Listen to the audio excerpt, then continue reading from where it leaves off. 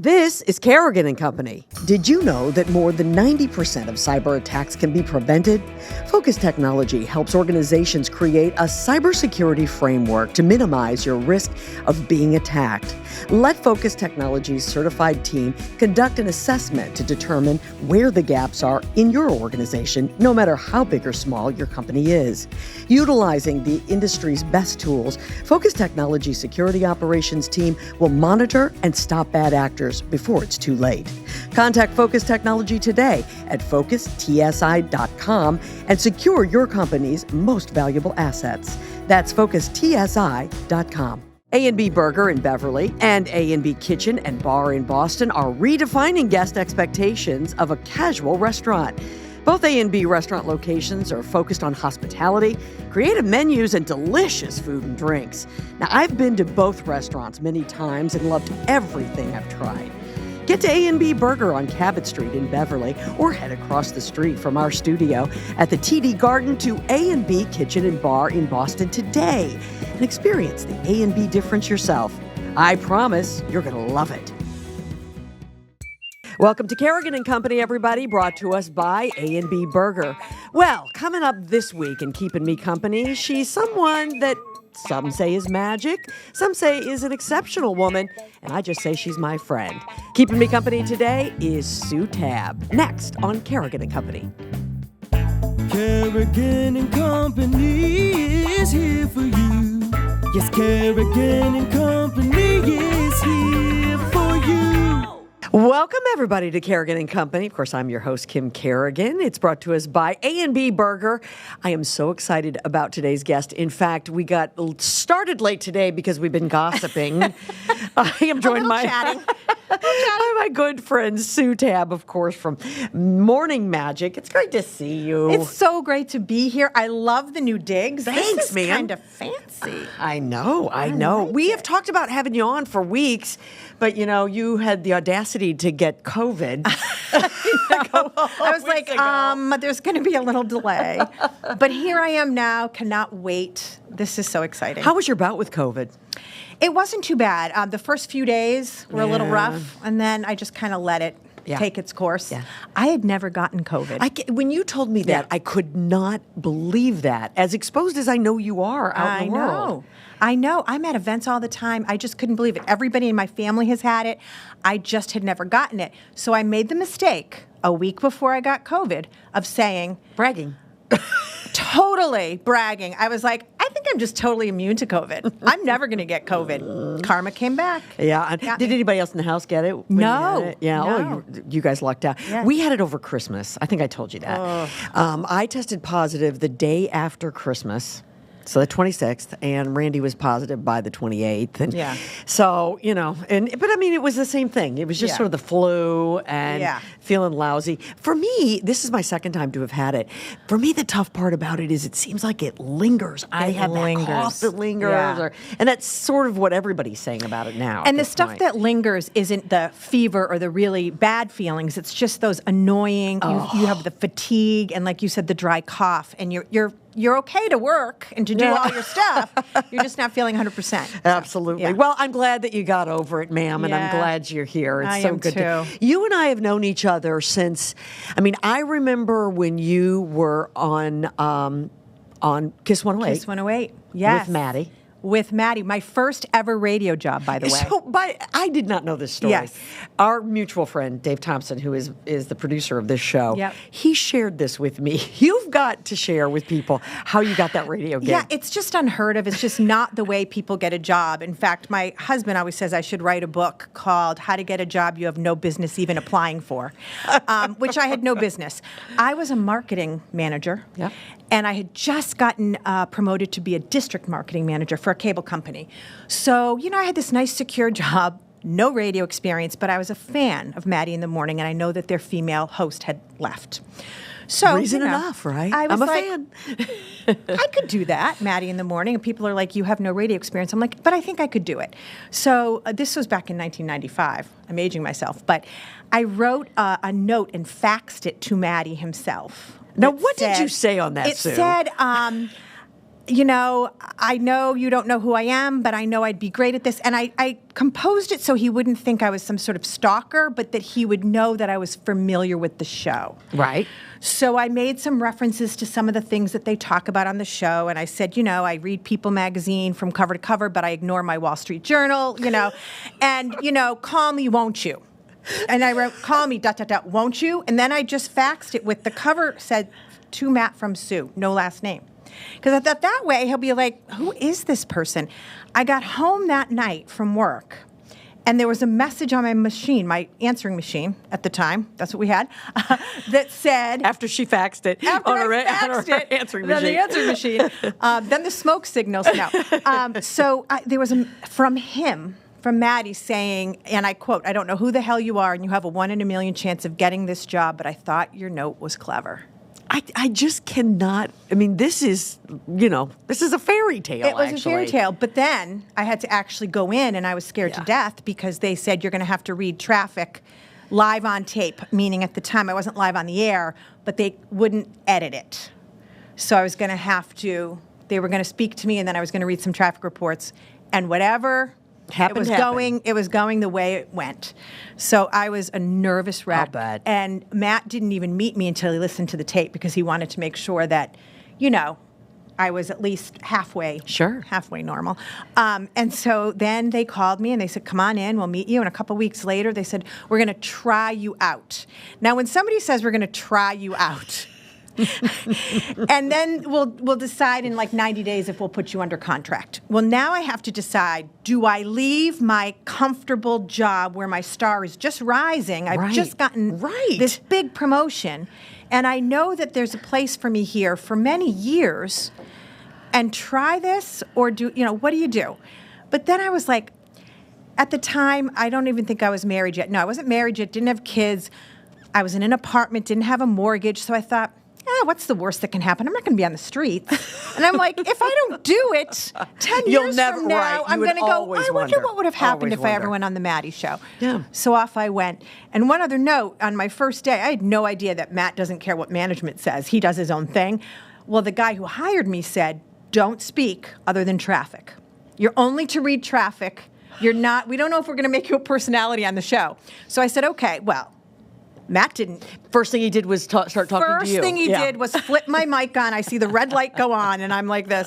And he's like, hey, new girl. I was like, but then the rest is history. Oh, it's so great. It's so great. Yeah. And I know, so you spent, how long were you there with 5 those years. Guys? 5 years. I had my babies pretty much on the air. Yeah. Went out, did some other things, and then, of course, circled back, and now you are at Magic. And you guys have such a great show. I've been on the show a few times, and everybody there is terrific and fun. And it's so great. It's a real family atmosphere there. It's a real family atmosphere, and Magic is just, everyone knows Magic 106.7. Yes, the personalities that have been there for a long, long time. Yep. It's a brand that everybody in Boston knows.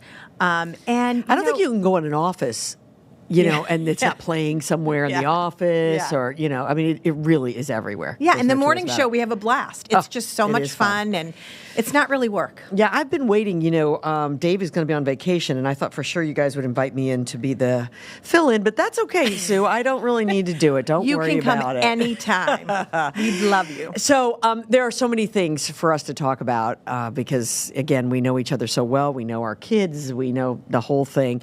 But I do want to just very briefly, I don't really want to get into this too deep, but for people who maybe don't listen to Magic, and I don't know who they are, and if you're out there, then what's wrong with you? Yeah, why? But I know over the course of the last couple of years, you've talked about the fact that you are a breast cancer survivor. Yes.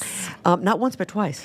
Twice. So my first bout was in 2009, and it was very mild. It was stage 0 DCIS, which means it's almost precancerous, but enough that they take it out via a biopsy, and you do radiation. Right. And I was done. And so it was sort of, I'm not going to say it wasn't terrible, but I feel like it was just sort of introducing me to what I had in store, because 12 years later, after 12 years, you kind of think you're okay. Of course you do. Still I was being very, very vigilant every 6 months, going for my mammograms, all of that. But believe it or not, the mammogram I had where I was diagnosed the second time was the first mammogram that I wasn't afraid. I'm like, 12 years have gone by. I got to be good. And so I went, and it was the first time I wasn't like, sweating and panicking. And, I got called in by the radiologist, and that's when And they said, we need to look into this further. And I knew. Yeah. So I was diagnosed. This time it was stage 1. I was still very fortunate that it was early, but it was the same side, so they can't radiate twice. Right. So I knew I was going to have a mastectomy, and then I decided to do a double mastectomy, which is very personal. Everybody's different, but that was the decision for me. But however, the timing of it, I went in for my surgery in February of 2021. Yeah. Height of the pandemic. Right. So the hard part for my cancer journey and for my husband, who's super supportive and is the type of guy that would have been sleeping on the floor next to me the entire time, he had to drop me off at the hospital at the curb. Could not even go in.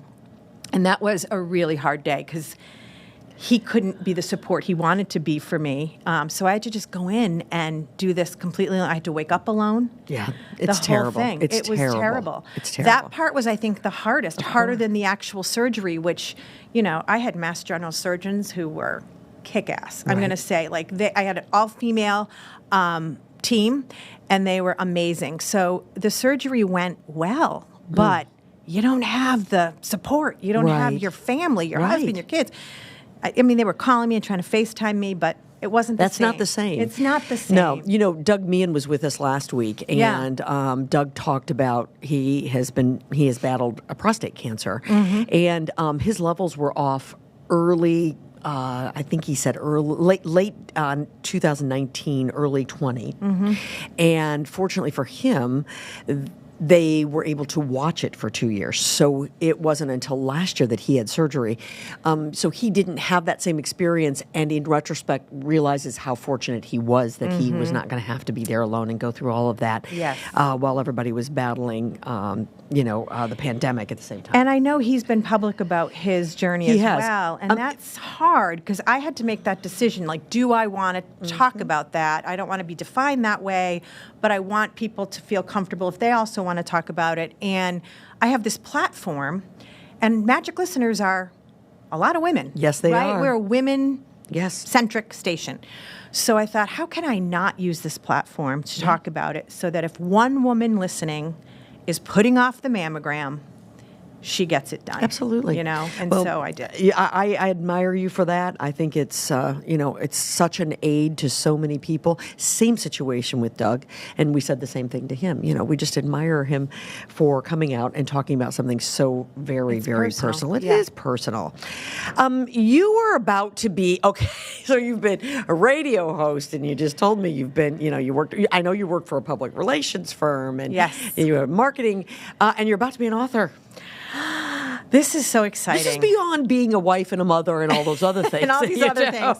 No, and this is a long-time dream of mine, long-time bucket list item, was to author a book. And my partner Deirdre and I have been working on this self-help book for 5 years. And finally my husband said to me, do me a favor, make it your birthday present to yourself to finish the manuscript and get it out. Yeah. I needed that kick, So I said, okay, we're going to finally do it. So we did. And, we were thinking maybe we'll self-publish. I don't know.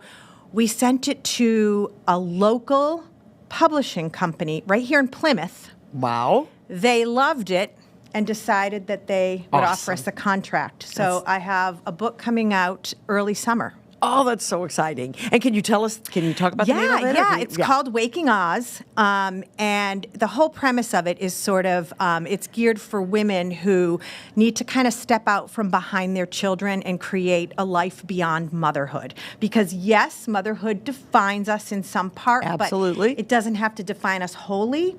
And we found that a lot of our friends who are our age, middle age and up, are feeling lost, especially once their kids leave and go off, because marriages end, people can pass away, kids grow up and get jobs. What's left? You have to be comfortable looking yourself in the mirror and knowing that you have something carved out for yourself that's for you. And I think a lot of us as women put a lot of other family members first, and we forget that it's equal opportunity and that our passions and our goals and our needs are just as important as everybody else in the family, and sometimes we get lost. This is an exciting book. I think this will do really gangbusters because it is true. And yes, it is geared toward women of a certain age, but probably all women who are stepping into motherhood should, I've always said, and I've given this advice to so many young women, number one, stay in touch with your husband during those times because that's a chapter in our book. Yeah, because eventually your kids go away and you look over and go, who are you? Yeah. And you want to make sure you've stayed in touch. And if you haven't, and 20 years goes by, it's really hard to catch up. You can't. Listen, you've gone opposite directions in the world. Absolutely. And we call it Waking Oz. We make all these sort of parallels to the Wizard of Oz because the whole point is there is no great and powerful Oz. Remember, it was just a man standing behind a curtain. The power was always within you, for the brain's heart and courage. You just have to find your power. You always had the power, my dear. So you have to click your own heels. And everybody, has different shoes that they wear, but everybody's shoes can click. Yeah. And so that's what we talk about with Waking Oz. And what your Oz is different than my Oz. That's right. But you better be chasing something. Absolutely. And so that's love it. Love it. I'm so excited. All right. Well, we'll have you back when the book I hope drops, and I'll be the first one in line to get one because that's exciting. We're going to have a big book launch party, Kim. Oh, that's and you're going to so be fun. on the guest list. So are we having wine? Yeah. Oh, okay. Have you met me? Having wine. All right. Listen, I'm really excited about who's going to join us coming up. Well, we've got two fabulous guests today. So coming up, we've got a show that's just debuting. It just hit the stage last night here in Boston. It's going to be here through the 24th. Okay. And it's called Girl from the North Country. Yes. And one of the stars is from Boston. He's a Broadway star, and he's in this show here in Boston. He's going to be in the studio here in just a couple of minutes. So we will be chatting with him. This is Kerrigan and Company. Hey, what's better than going out to dinner? How about enjoying live music while you're at the restaurant? That's exactly what's happening on Friday and Saturday nights for the entire month of March at A&B Burgers on Cabot Street in Beverly. Friday nights features Dead to the Core, celebrating the music of the Grateful Dead. It's a really good time. And then on Saturday nights, come by and check out the contemporary jazz band, The Far Out. Grab dinner or get drinks and dessert. Either way, you'll love the food and the atmosphere. That's live music Friday and Saturday nights at A&B Burgers on Cabot Street in Beverly. Do you know what generative AI is and how your company can ensure employees are more productive? Focus Technology can help you master the use of Microsoft's newest tool, Copilot. This powerful tool can help your team speed up many of their daily tasks by enabling hands-on learning directly with the software. It can summarize long emails, generate drafts of long documents, and search for answers to key questions. Copilot represents a unique opportunity for businesses to accelerate their understanding of what generative AI can deliver for their company. Contact Focus Technology today to learn more at FocusTSI.com and bring your organization into the AI revolution. That's FocusTSI.com. If you like rum, you're going to love Rumson's Rum, New England's most award-winning rum brand. Rumson creates distinctive and savory flavor profiles by hand-selecting and marrying the finest barrel-aged Caribbean rums. The spirits are then blended and finished in the New England Rum House. Choose from Rumson's Gold, Spice, Grand Reserve, or Coffee Rum, which is smooth and sweet with a warm roasted coffee flavor, a hint of vanilla, and a decadent buttery finish. Find Rumson's at liquor stores or ask for it at your favorite restaurant. Learn more at rumsons.com. That's rumsons.com. Rumsons. Life lived, life enjoyed. This segment of Kerrigan and Company is brought to you by Lucia Lighting and Design, where people in the know go for the best possible lighting and design experience. Welcome back, everybody, to Kerrigan and Company. And keeping me company today is Sue Tabb from Morning Magic. It's so great to have you with us. Great to have A&B Burger with us today, too. Yes. We have to remember our good friends at A&B Burger. We love A&B. We do love A&B. Mm-hmm. Yeah, they're absolutely fantastic. I am so excited about our next guest because, number one, I am taken by people who do what he does. It is unbelievable. And number two, he's a local boy done good, which is really fantastic. David Benoit is with us, and he is Mr. Burke in Girl from the North Country, which is over at the Emerson Colonial Theater right now. And he is from Fall River, grew up in Somerset. Indeed. And it is so nice to see you. Thank you. It's great to be. I have to tell you here. something. I grew up with a friend. She's my best friend from being very little. And she wanted to be a Broadway star. And she went to New York, and she still lives in New York, but she's never made it to Broadway. And I was enamored with her. Yeah. You made it. I've been very lucky. I mean, very lucky. I'm just very taken by it. It's very Thank you. exciting. I've been quite fortunate. I'm very lucky. How long have you been doing this? I started in the 5th grade. Did you really? I was in junior high school. I was in North Middle School in Somerset. And I saw a play called The Jack Beanstalk Trial, and because they put Jack on trial for killing the giant. And I sat there. I said, they're not very good. I think I can do this. I think I can do it better. And so I auditioned for the next play. It was Winnie the Pooh. I got Christopher Robin. I got the bug. By 8th grade, I chose the Boston Conservatory for my school that I was going to go to. And I auditioned my junior year of high school, and I got in. And that was that. So I had the bug then. Junior year of high school, I started getting paid to do it. There was a Zeiterion Theater in New Bedford cast me in one of their shows, so I started then. You know, the journey, most people I don't think, really understand. I mean, it is quite a journey. You end up in regional theaters, and you have to, I think you have to get equity points, right? And Sure, or sometimes they just grant you an equity contract. But I was very lucky. Boston had has such a thriving theater scene that I vowed I would not move to New York without a job. So I stayed in Boston and just put my roots down and worked regionally. There were a lot of theaters like in Sudbury and the Nickerson theaters, the Chiswick Park Theater, Merrimack Rep. I did the sit-down productions of Forever Plaid here at the Park Plaza and Forbidden Broadway. So I stuck around, and then I finally was offered to go do Forbidden Broadway in New York, and I finally left. But I even came back. I mean, I've come back. I did Speakeasy Theater in 2010 with a lot of Boston favorites for Paul Daniel. And you also ended up on Broadway, my understanding, doing Les Mis. I did, yeah. I did Les What did Mis. you play in I played Les Mis? Les Mis for close to 7 years. Wow. Yeah. I played the bishop in Les Mis, and I understudied Thénardier, the master of the house, and then I also understudied Javert, and then I got the role of Thénardier, the master of the house, on the national tour. That's fantastic. And I got to do it with Colm Wilkinson, David. and it really, Wow. for a little musical theater geek, it was like dreams come true. No It kidding. really was. Absolutely. And now here you are back in Boston. Does it feel different? Because, you kind Yes, of call 'cause it looks Boston different. home. It does look different. But when you play to a Boston audience, does it feel different because it's kind of a city you call home? Does it? Absolutely. Yeah. No, I take great pride in this city, and my roots are here. And the last time I played the Emerson Colonial, it was with Avenue Q, and I think that was 2008 maybe. And I remember being very moved at that sound check because I was like, this is home. It happened to me in Providence as well at the PPAC, but I remember the sound check at the Colonial, and I got really like misty and a little weepy, and people were like, you all right? I said, yeah, this was a childhood dream right here. I saw so many shows here, and I was like, whoa. And now it's my turn. It was Yeah. wonderful. Yeah. So, how did the pandemic affect theater, and have things changed since that time? The pandemic brought it to a screeching halt more than once. right, And then Omicron right. did it again. It's almost made it more competitive, but it's also made it resonate more with people because people are not leaving jobs because they're scarce. And when you have it, you don't take it for granted. So I think it's reinvested a lot of actors.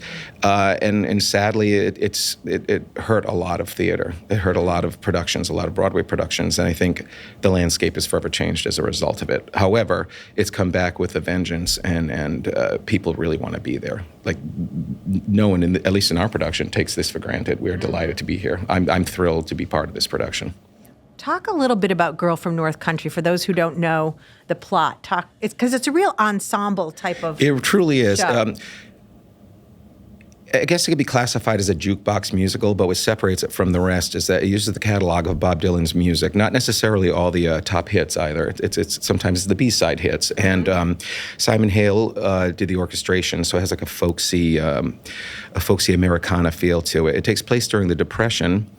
around Thanksgiving at a boarding house that the Lanes run. And ultimately, it's about facing the adversity of the Depression and just what's happening within our lives and how through community and good food and music and a lot of hope and a lot of humor, how we all tackle adversity and thrive and persevere.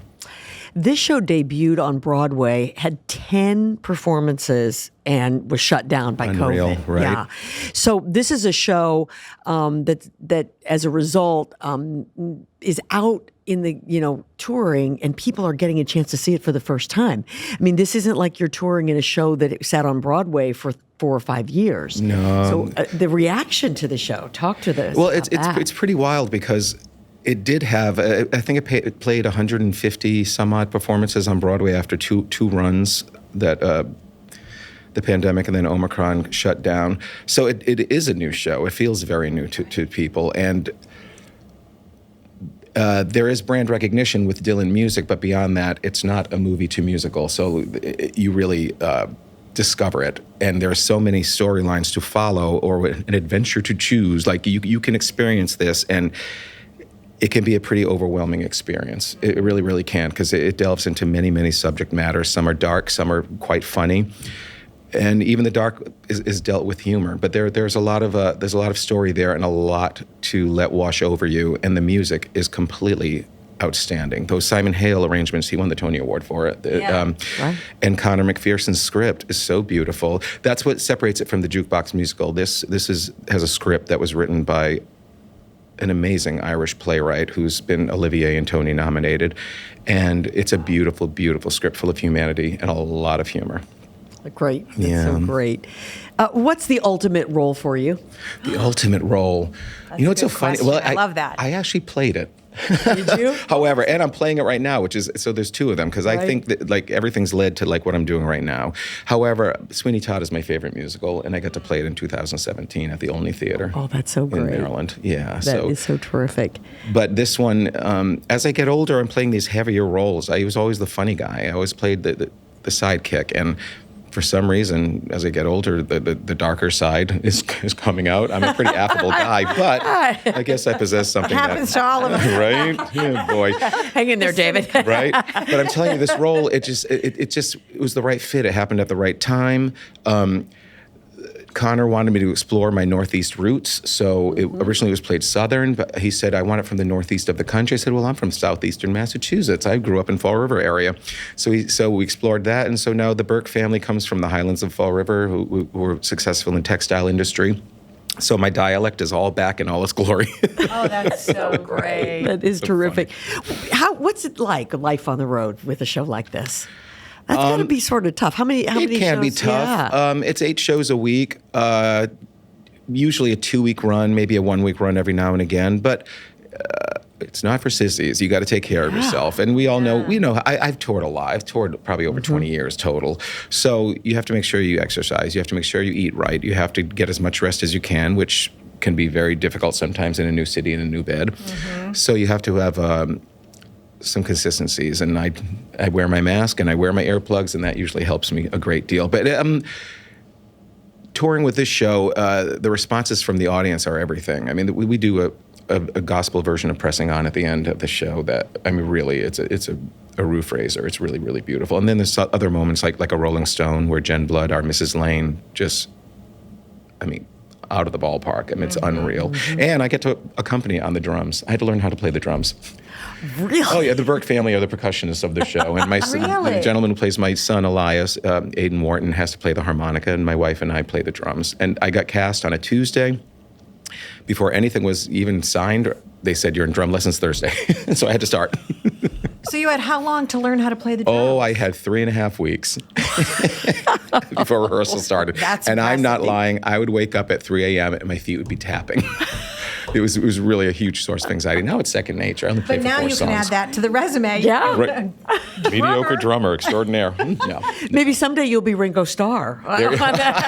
Well, I said I play the tuba. I studied it for 8 years. You sure you don't want a tuba accompaniment instead of drums? Like, no, we need the drums. I'm like, okay. If they've moved to Fall River, why couldn't they, change their instruments as well? Exactly, right? And thank you for saying Benoit. I grew up absolutely a Benoit from Fall River, I bet Mass. you did. But professionally, I go by Benoit because I was up for the role of Benoit in La Boheme. So, and same spelling, and I couldn't go into Baz Luhrmann and say, hi, David Benoit here from Benoit. So, but I embrace my Benoit roots. Well, listen, David, it's been a joy to have Thank you so here. much. And congratulations. It is so great to have someone local who is doing something so spectacular. Thank It you. really It's is. really good to be home. I Yeah. appreciate Oh, I it. bet. We can't wait bet. to see the show. Wonderful. Yeah, I know the show is terrific. So continued success. And for everybody out there who's listening to us in the next 2 weeks, just so that you know it, the run is until March the 24th. It's at the Emerson Colonial Theater. Be sure you check it out. Girl from the North Country. This is Kerrigan & Company. I have to tell you, folks, I think lighting in your home is one of the most important things that you can do to keep the house updated. And when I need new lighting, I head to Lucia Lighting and Design.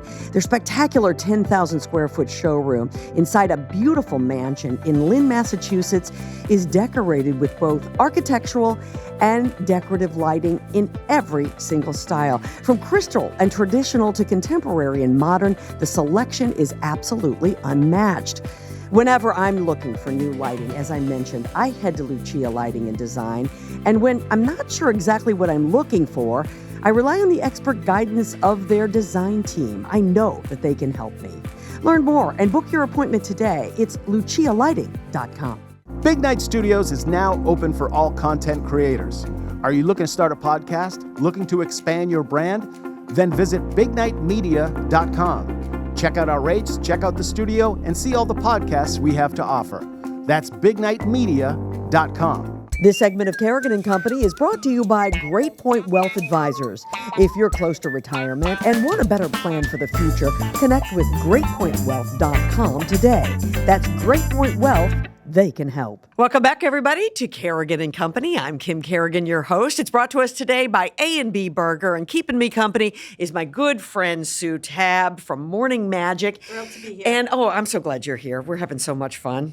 We might just stay all day. I know. I'm not leaving. You can't get This rid of could me. be an extended version, right? Hey, listen, we've got a really special guest, and I know that she's special to you. In fact, I'm Very going to let special. you introduce her and tell everybody about this, because this is great. Yeah, so this is Claudia Mintz. She is the executive director of One Wish Project. I call them my pet charity. I have a lot of charities I work with, with what of we course. do for a living. We do a lot of events for charities, but this charity just struck a chord with me. Claudia, do you want to talk a little bit about, thank you for being here, first of all. Thank you for having me. So exciting. This is very exciting. So Claudia, in the interest of full disclosure, is Hannah Finn's mom. So Hannah founded One Wish Project when she was 15. She's now 21? Yes. 21. And What was I doing when I was 15? I know. Not founding anything, I can assure can you you. imagine? And she grew it from something that was sort of a little project to this nonprofit. And Hannah's still in school. She's still in college. So Claudia stepped in and is running the day-to-day. So Claudia, I'm going to let you talk a little bit about, for people who've never heard about One Wish Project, what it is. So One Wish Project, thank you for having me, by the way, is started out as a little project that my daughter had started when she had just entered Andover High School at the age of 14. And I had encouraged all my children, Hannah's the youngest of 3 children, and I had encouraged all my children to sort of get out of their comfort zone and spread their wings a little and do something different. And Hannah took that assignment very seriously. And she had always loved to bake. And so she took this love for baking and paired it with baking for children at the Lazarus House, which is in Lawrence, one of the poorest cities in Massachusetts. And, 8 to 10 children were living there. They were over the moon, and she used her babysitting money. I took it to the Christmas tree shop at the time, and she got little gifts for this little boy who was the very first recipient. And she was going to do it for about a year. It's for their birthdays. It's for their birthdays. For their birthdays, because they don't get birthday parties Exactly. for these children. And so in our home in Andover, Hannah would literally bake the cakes from scratch, including the buttercream, which was very delicious. And Not that you know. You not that I tasted knew it, or did you? stuck my finger in the bowl, but it was. And within 3 months, we got a call from another shelter in Lawrence that had 3 homes and wanted us to do the same for them. And Hannah said, sure. And they had 60 children. So Hannah was now baking and delivering for about 70, 75 children. Wow. And fast forward now 7 years, we are celebrating over 1,200 kids a year, children and teens up to 18. And we're celebrating their birthdays. We have over 250 volunteers who we transitioned to when Hannah went off to college. And we're very excited. So they're all baking cakes, and Yeah. I mean, for each birthday party, obviously there's a cake or cupcakes or whatever Yes. it might be, right? Because Yes. we do all different things for birthdays for kids. Yes. And then are there always gifts? Are there decorations? There's always gifts. No, this is So I think what makes One Wish very special is Hannah had the vision that she wanted to make sure that these children really understood that people cared about them. And just like when Hannah and her brother's birthdays came around, I would say, what do you want for your birthday? And they would tell us, and that's what they would get most of the time. And Hannah wanted those children to be recognized by allowing them to say, this is what I want. And this is what we are able to do through funding and fundraisers and generous donations. And the children get to fill out a survey. And by answering these questions, we really can make these birthday celebrations as unique as each child is. And that is through having their name on the cake, whether they want a cake or cookies or cupcakes. What are their favorite colors? What are their hobbies? Do they have any allergies? And then they do get to list exactly what they want. And 99% of the time, we get them exactly what they asked want. for. Because a lot of these kids want to feel like their peers. If their peers are all have these certain type of sneakers or whatever, they want to fit in with their friends and they want to feel valued and they want to feel seen. And that's what One Wish does. And until you actually experience, I hadn't experienced a birthday until fairly recently, and we went and we did the birthday. You can't imagine what it does for these kids. It goes way beyond a cake and the presents.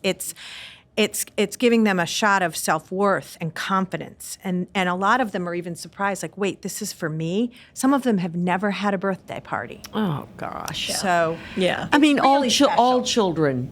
Let's start at the very basic level. All kids should have a birthday party, Absolutely. right? Let's Absolutely. start there. Then you go beyond, like Sue's talking about, and what it does.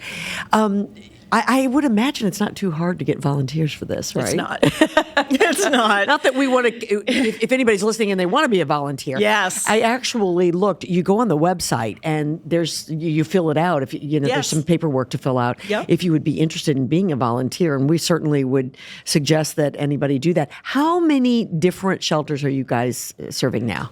So we currently service 10 shelters throughout Massachusetts, and we're also partnered with the DCF, the Department of Children and Families. We are partnered with 6 offices, which makes up those 1,200 children right now. Yeah. And we're continuing to grow, and we won't stop until we try to reach every single child that Wow. wants and I'll a birthday. tell you, Kim, we partnered Magic with them a few years back because I thought, well, geez, our Magic listeners are so generous.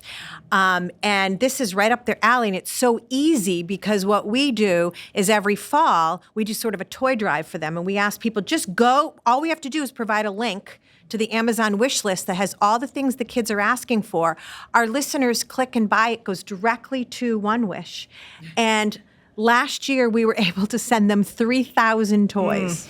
Gifts. Yes. Our It was listeners, incredible. well, because our listeners are amazing. Yeah. And we introduced this charity, and it just resonated with them. They loved it. Claudia, I feel like this is something, and I don't know if you and Hannah have talked about this, but this feels like something that could go well beyond the borders of Massachusetts. Oh, absolutely. I mean, this is something that could be in each state across the country with volunteers. And I think the accomplishment is so great that I would love it if we saw that happen. Wow, let me see if you could do that. I'll put that on you. Well, it's funny you should mention that. We were actually on Good Morning America in mid-January, and the next thing we knew, we were getting emails from all over the country. I bet you were. From Maine to California asking if we could do it in their state. And So how would you go about doing that? How could you expand it? You know, we don't know yet. We would have to really sit down and put a strategic plan together. But what is important to us is right now we are celebrating 1,200 kids a year. Yeah. There are 20,000 children between the foster care system and the homeless system in Massachusetts where there are these children in care. So we haven't even scratched the surface in our own state yet.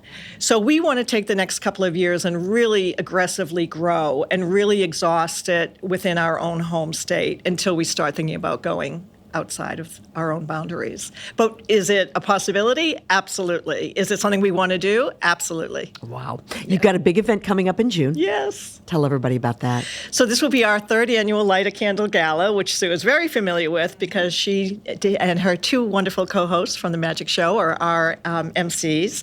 And this is our one and only major fundraiser for the year. This is where we bring our community together, including our sponsors and our friends and our family, anybody who's supported One Wish Project in any which way, including our volunteers, and we celebrate the accomplishment of what we've been able to do in the past year and the expansion we've been able to experience.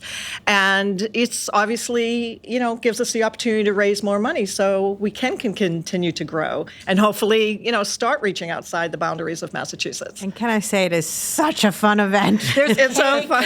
There's a lot of cake. Who doesn't like cake? No, well, we actually have pastry chefs that come in. They create gorgeous cakes. We have 5 or 6 of them from all over Boston that come in from, you name it, Davio's everywhere. And they sort of display their vision of One Wish, and then we get to sample them after, which is really fun. Yes. And we do a cake competition. We light candles. People buy candles, and we light candles on a giant cake at the end. It is just the most inspirational night, and it's what's the date of it? June 6th? It is June 6th. It's a Thursday evening at the Andover Country Club, 6 to 8:30. Fantastic. It sounds like a great event. I would love to come up. We would love to have you. So I'm going to do my very best to be there. And I do want you to tell everybody the website, because you can go to the website and you can volunteer. You can sign up to volunteer. You have to go through a little paperwork, but you can sign up to volunteer. You can also just donate right there on the website. So tell everybody. Yeah, so it's www.onewishproject.us. The .us is. And there's some great specific. photos. You'll see Hannah. You'll see the kids. Yeah. I love seeing the kids, their faces. The kids are the best. Yeah, it's I everything. mean, they make our day. They make the days of our volunteers. Our volunteers sometimes walk away in tears. I was just going to call say, you don't want me at one of these events because I am the worst. We'll be scraping Kim off the Yeah, I am exactly. telling you, It can be emotional when you see these children. Some of absolutely. them are very animated, but at the end of the day, these kids are traumatized. I mean, I can't even wrap my head around it, and I've been doing it for 7 years. And Well, Claudia, you and Hannah are bringing them a day, an hour or two of light, and I think it's just fantastic. Thank you. Thank you so much for being a part of the show. This is a very exciting thing, folks. Be sure that you check out the website. Everybody should get involved because it's a really worthy cause. Sure is. You're listening to Kerrigan and Company. yay! There you Wow, go. you did it, Is babe. your life getting more complex? Maybe jobs are changing, you're nearing retirement, shifting family dynamic, uncertainty about your financial future. It may be the right time to contact our sponsor, Great Point Wealth Advisors, for holistic planning and advice. Great Point Wealth Advisors is a registered investment advisory firm with offices in Boston and Danvers, Massachusetts. Listen to their short form podcast, Great Points, on most streaming platforms, or contact them at greatpointwealth.com. That's greatpointwealth.com. Welcome back, everybody, to Kerrigan and Company, brought to us by A&B Burger. Sue Tabb, my co-host today. Claudia was incredible. That's so great. It's a great organization. I just immediately took to them, and it's been a great partnership. I can understand why you take to it because, what they're doing is so special. Yeah. You know, it's unique and it's special. And the fact that they saw that need is really, really something else. And it's growing So, fast. really great. Broadway in Boston, The Girl from the North Country. What a great show. I'm excited. I'm going to see it. And it was great to have David here. So we very much appreciate that. Now, before you go, we do this little thing called Fast Five. Oh, boy. It's our Focus Technology Fast Five. And Focus Technology is your trusted IT partner for cybersecurity, cloud, and managed services. So I, of course, can't let you get out the door without doing this. I'm in the hot seat. Pete starts a clock for us. Okay. So you'll hear that tick. You have 30 seconds to I'm answer. You're timed. Okay. And you have 30 seconds to answer these questions. Okay. Are we ready? I'm ready. If you could have dinner with any celebrity, who would it be? Oh, alive or dead? Any celebrity. I think it would be Ruth Bader Ginsburg. She's not really a celebrity. Or if it was a celebrity, Taylor Swift. Me too. Yeah. Me too. When your daughters leave the house, what do you tell them? Don't shame the family. If you could have a completely different career, what might that be? I would anchor the Today Show. Who's the favorite person that you've ever interviewed? Drew Barrymore. When you go to a restaurant, do you eat directly off the menu or do you order something? This just smacks of Dave Thompson, our producer, right there. No, I usually ask a few questions and have some substitutions or two. Sue, I have been I believe that was 5, was it not? I think we got 5 in. And I think I beat the clock, did I? I did it in less than 30 seconds. So somebody who knew me obviously wrote these questions. Well, I didn't even think of that. I too have been to dinner with Sue when she has said, that sounds so good, but could we have... And you know, it is so funny because I admire you for being able to do that. I never do it, and I wish that I did. Yeah.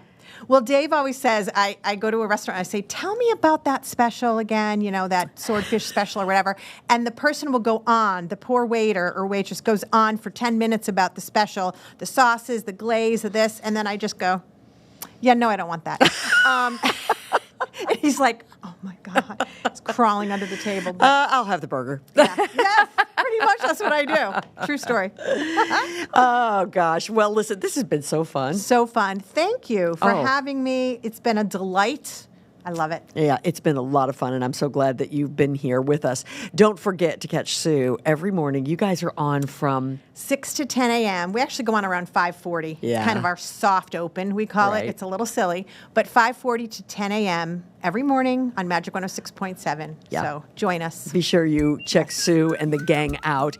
And Sue's going to be back to tell us more about her book. I can't wait, when it is out for sale in early summer. Yeah. Yes. Great. Yep. Terrific. Hey, thanks everybody for being with us. And be sure that you, if you're watching, if you want to listen wherever you get your podcast. We'll see you next time. Thanks, everybody, for listening to Kerrigan and Company. To find out who will keep me company and be my co-host on the next episode, be sure you follow us on Instagram, Facebook, X, and TikTok. Kerrigan and Company is recorded at the Big Night Studios at the TD Garden in Boston. You can view the podcast on YouTube and listen to it wherever you get your podcasts. Be sure you tell a friend. The executive producer of Kerrigan and Company is David Thompson. Our engineer is Peter Hurley, and our social media managers are Grace Kerrigan, Colby Thompson, and Riley Thompson. See you next time. Yes, Kerrigan and Company is here.